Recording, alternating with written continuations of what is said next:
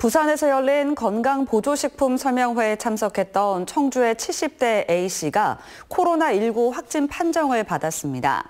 A씨는 경북 포항의 70번째 확진자의 접촉자로 자가격리 중 확진됐지만 별다른 증상을 보이지 않은 것으로 전해졌습니다. A씨 확진으로 충북의 코로나19 확진자는 모두 172명으로 늘었습니다.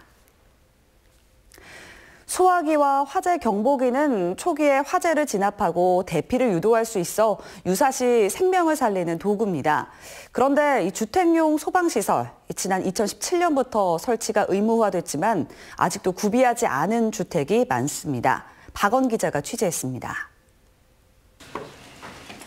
지난 4월 진천군 진천읍의 한 주택에서 불이 나 200여만 원의 재산 피해가 발생했습니다. 당시 집안에서는 79살 어르신이 TV를 보고 있었는데 주택화재 경보기가 울리면서 밖으로 무사히 대피해 인명피해는 없었습니다. 연기가 감지되며 울리는 화재 경보기를 설치한 게 효과를 본 겁니다. 최근 5년간 충북 지역 주택화재는 전체 화재의 25%인 반면 사망자는 47명으로 전체의 45%를 차지하고 있습니다. 이런 이유로 지난 2017년부터는 일반 주택에서 소화기와 화재 경보기 설치가 의무화되는 등 소방시설법이 강화됐습니다. 하지만 강제사항이 아니다 보니 충북의 설치율은 여전히 60%가량에 머물러 있습니다. 충북소방본부는 주택용 소방시설을 인터넷과 대형마트에서 쉽게 구매할 수 있다며 시민들의 자발적인 동참을 독려하고 있습니다. 단독경보용 감지기와 소화기는 화재를 조기에 인지하고 진화할 수 있는 유용한 소방시설이며 화재 골든타임 7분을 지킬 수 있는 아주 유용한 소방시설입니다. 소화기 한 대가 소방차 한 대와 비슷한 위력을 갖고 있는 등 주택용 소방시설은 소중한 생명과 재산을 위해서라도 꼭 구비해둘 필요가 있습니다. CJB 뉴스 박원입니다. 사만시대에 축조한 제천 의림지는 아직도 역사의 숨결이 살아있는 유적인 동시에 도심 속 관광 명소입니다.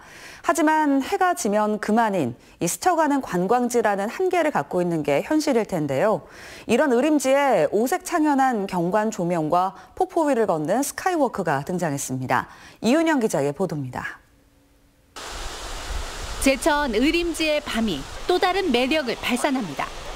화려한 조명으로 갈아입은 용추 폭포는 신비로움 그 자체입니다. 다리에 분수와 경관 조명을 설치해 밤에도 폭포의 아름다운 비경을 제대로 감상하실 수 있습니다. 특히 폭포가 훤히 내려다 보이는 스카이워크 위를 걷다 보면 마치 폭포수 위에 서 있는 것 같은 스릴을 만끽할 수 있습니다.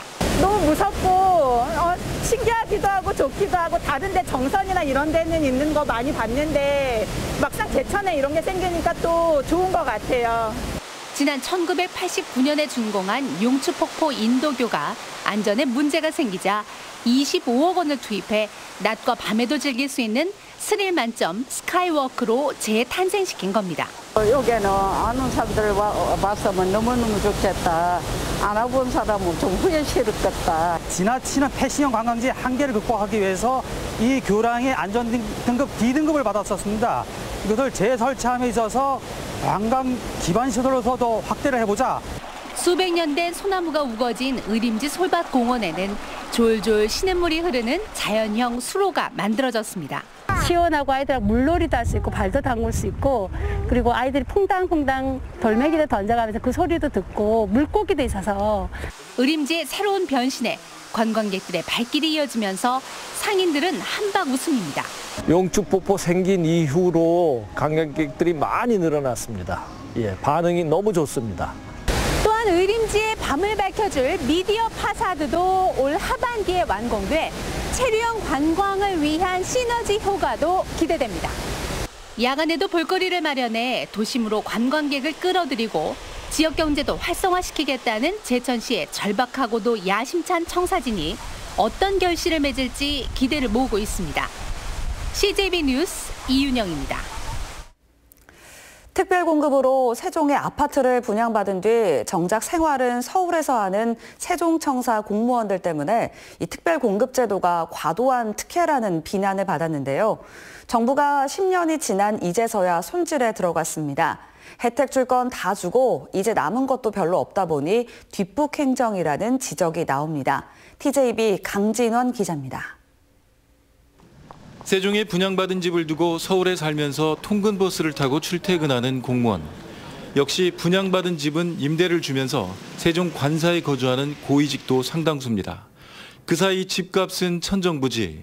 세종 신도시는 올 들어만 집 한 채 평균 거래값이 3억 원가량 올랐습니다. 하지만 취득세는 면제, 이전비 명목의 비용도 2년간 매월 지원받고 있습니다. 정부가 말도 많고 탈도 많던 공무원 특별 공급에 대한 대책을 내놨습니다. 실수요자 위주로 공급하고 공급 물량도 축소하겠다는 겁니다. 먼저 특별 공급 물량은 세종시 일반 분양처럼 무주택자 위주로 재편됩니다.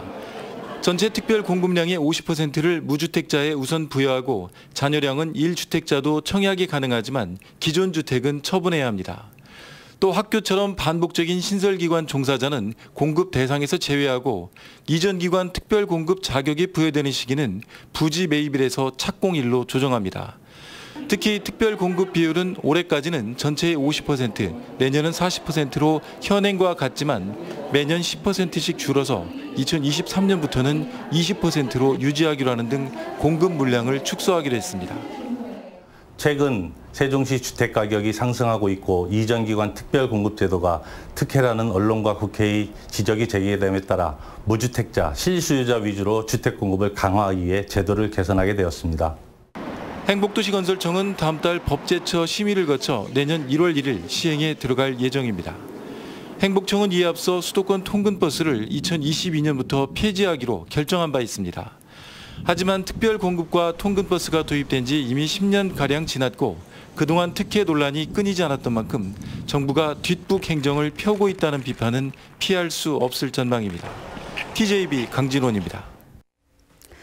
충청북도가 오늘부터 한 달간 소와 염소 29만 5천 마리에 대해 구제역 백신 일제 접종을 추진한다고 밝혔습니다. 소규모 농가와 염소 농가는 시군에서 백신을 구입해 무상으로 공급하고 소 50마리 미만의 경우 공수의사 접종을 지원합니다. 전업 농가는 백신 구입비 50%를 지원받아 축협에서 직접 구입해 자가 접종하면 됩니다. 음성군이 지역화폐인 음성사랑 상품권 이용 확산을 위해 조례 개정을 추진합니다. 개정 조례안은 상품권 유통지역 관련 내용으로 군수가 필요하다고 판단한 자치단체의 협약을 맺어 유통지역을 확대할 수 있게 됩니다. 판매 수수료 등에 대해선 예산 범위에서 재정 지원을 할 수 있는 조항도 마련했습니다.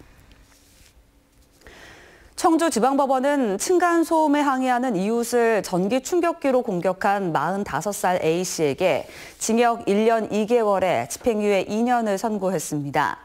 A씨는 지난 2월 청주의 한 아파트에서 아래층에 있는 B씨를 층간소음 문제로 다투다 전기 충격기로 공격한 혐의를 받고 있습니다. 충북지방경찰청은 추석 연휴 기간에도 지속적인 음주운전 단속에 나선다고 밝혔습니다. 코로나19 방역 차원에서 숨을 불어넣지 않아도 알코올 성분을 알아내는 비접촉식 음주 감지기 28대를 확보하고 단속을 강화할 방침입니다. 지난해 추석 연휴 기간 도내 음주운전 적발 건수는 41건으로 하루 평균 10건이 넘게 적발됐습니다. 끝으로 날씨입니다. 추석인 오늘은 도내 대부분 지역에서 구름 사이로 보름달을 볼 수 있겠지만 자정 무렵부터 구름이 많아지면서 차차 흐려지겠습니다. 내일 아침 최저 기온은 13도에서 16도, 낮 최고 기온은 22도에서 25도의 분포를 보이겠습니다. 내일 새벽부터 아침 사이에는 가시거리 1km 미만의 안개가 끼는 곳이 있겠으니 교통안전에 각별히 유의하시기 바랍니다. 이상으로 CJB 8시 뉴스를 마칩니다. 풍성한 명절 연휴 보내시길 바랍니다. 고맙습니다.